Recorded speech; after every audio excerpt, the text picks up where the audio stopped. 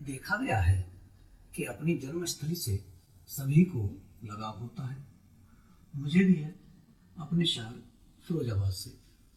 फिरोजाबाद चूड़ियों और कांच के सामान का उत्पादन केंद्र होने के कारण जग प्रसिद्ध तो है ही, लेकिन ताजमहल से सिर्फ 50 किलोमीटर की दूरी पर स्थित फिरोजाबाद का सर्वाधिक उपयुक्त परिचय चंदवार का उल्लेख करके ही दिया जा सकता है।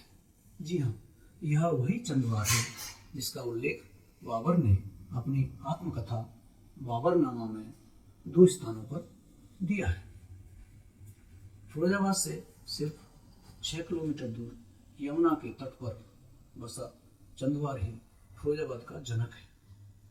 चंदवार वहाँ सन 1194 में मोहम्मद गोरी और कन्नौज के राजा जयचंद का युद्ध हुआ था, जिसमें जयचंद जीती हुई लड़ाई हार गया था। गोरी की फौज की तरफ से चलाए गए एक तीर ने जयचंद की जान ले ली और उसकी फौज में भगदड़ मच गई। इसके अतिरिक्त चौहान राजाओं की कीर्ति की कहानियां कहता और जैन धर्म की पताका फहराता इतिहास प्रसिद्ध यह स्थल सदियों तक उपेक्षित रहा, लेकिन सन 1970 में फिरोजाबाद के साहित्यकार व स्वतंत्रता संग्राम सेनानी स्वर्गीय रतनलाल बंसल ने चंदवार और फिरोजाबाद का प्राचीन इतिहास लिखकर इस स्थल को पुनः प्रकाशित कर दिया। 16वीं शताब्दी के उत्तरार्ध में हरियाणा से आकर फिरोजाबाद में बसे एक वैश्य परिवार के वंशज रहे श्री रतनलाल बंसल ने अपने जीवन के 72 वसंत देखे। आर्थिक कष्टों का सामना करते हुए उन्होंने अपने परिवार की नैया पार लगाई, साथ ही आजादी की लड़ाई में भाग लिया और फिर कलम के सिपाही बने। सन 1951 के मार्च माह की 11 तारीख को मेरा जन्म और परवरिश इसी परिवार में हुई। हम 7 भाई बहन थे। पिताजी को बाबूजी कहते, बाबूजी के मित्र हमारी माँ को भाभी कहते, तो हम लोगों के लिए भी हमारी माँ भाभी बन गई। बाबूजी की कहानी। मुझे स्मरण है, हम लोग गर्मियों के दिनों में रात के वक्त सोने से पहले बाबूजी के इर्द गिर्द बैठ जाते और आज़ादी के आंदोलन के किस्से कहानी सुनाने की जिद कर बैठते। बाबूजी को हमारे सवाल अच्छे लगते और चारपाई पर लेटे लेटे हमारी जिज्ञासाओं को तन्मयता के साथ शांत करते। मेरी उम्र 20-22 की होगी। गांधी जी का भारत छोड़ो आंदोलन जोरों पर था। फिरोजाबाद के गली कूचों में टोरी बच्चा हाय हाय की धूम थी। मेरे परिवार में सिर्फ माँ थी। बड़ी बहन की शादी जेवर में हो गई थी। तब हम अपने पैतृक मकान पुरानी मंडी में रहते थे।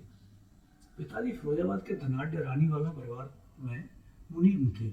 इस परिवार का व्यापार कई अन्य नगरों में फैला हुआ था, खुर्जा में भी था। पिताजी का देहांत 55 साल की अवस्था में हो गया था। तब मैं 11 साल का था। मुझे कौन पढ़ाता? मैं गांधी जी के इस आंदोलन में कूद गया, पकड़ा गया और फिर आगरा की जेल, वर्तमान में संजय पैलेस में 3 माह रहा। जेल से लौटकर आया तो अम्मा अर्थात हमारी दादी को घर की चौखट पर प्रतीक्षा करते पाया। तो पड़ोसियों ने बताया कि अम्मा ने 3 माह इसी तरह चौखट पर बैठकर मेरी प्रतीक्षा में काटे थे। बाबूजी ने किसी दूसरे दिन आगे की कहानी कही थी। हमारे मकान के नजदीक ही दादा बनारसी दास चतुर्वेदी का आवास था। दादाजी उस समय की प्रसिद्ध पत्रिका विशाल भारत सन 1929 में श्री रामानंद चटर्जी द्वारा स्थापित पत्रिका विशाल भारत के संपादक थे। कलकत्ता आते जाते थे और फिरोजाबाद में उनके घर और देश भर के प्रसिद्ध लोग, क्रांतिकारी, लेखक, साहित्यकार आते जाते थे। मानो उन लोगों के लिए दादाजी का मकान एक तीर्थ स्थल था। मैं भी उनके पास उठने बैठने लगा, उनकी बातें सुनता और जो भी लोग उसे आते उनसे बातें करता। बाबूजी ने बताया, मेरी स्कूली शिक्षा नगण्य थी। फिर भी कागज पर कलम चलाने लगा। एक दिन मैंने एक कहानी लिखी, मन के बंधन। मुझे संकोच हुआ, अतः दादाजी को यह कहानी अपने हाथों से न पकड़ाकर चुपचाप उनके तकिए के नीचे रखाया। एक माह बाद दादाजी ने विशाल भारत का अंक मेरे हाथों में पकड़ाया और उसमें छवी मेरी कहानी दिखाई। मुझे कुछ पारिश्रमिक भी मिला। तब मेरे मन में आया कि मैं कहानी और लेख लिख कर अपना और अपनी माँ का पेट भर सकता हूँ। बाबूजी की वर्णन शैली बहुत प्रभावी थी। हमको उनकी बातें रोचक लगती। हम सब भाई बहन बाबूजी के अतीत में ऐसे खो जाते कि वक्त की याद न रहती। काफी रात निकल जाती तो भाभी बाबूजी को टोकती, अपनी राम कहानी सुनाते रहोगे या इन बच्चों को सोने भी दोगे। और फिर हम लोग आसमान में आंखें फाड़कर ध्रुव तारे और सप्तऋषि मंडल की तलाश करते करते सो जाते। ये क्रम न जाने कितनी रातें चला होगा। बाबूजी कलम के सिपाही बन गए। देशभक्ति, सांप्रदायिक सद्भाव, इंसानियत आदि उनके लेखन के विषय बने। भाभी ने मुझे एक मर्म की बात बताई थी जिसे स्मरण कर मैं आज भी रोमांचित हो उठता हूँ। बाबूजी ने आजादी से पहले 3 क्रांतिकारी शहीद, रेशमी पत्रों का षड्यंत्र, आज के शहीद, मुस्लिम देशभक्त आदि पुस्तकें लिखी थी। ये पुस्तकें अंग्रेजी हुकूमत ने प्रतिबंधित कर दी थी। आजादी के बाद बाबूजी ने शहीद भगत सिंह स्मारक मंडल का गठन कर भगत सिंह का अनुसंधान करने की योजना बनाई थी।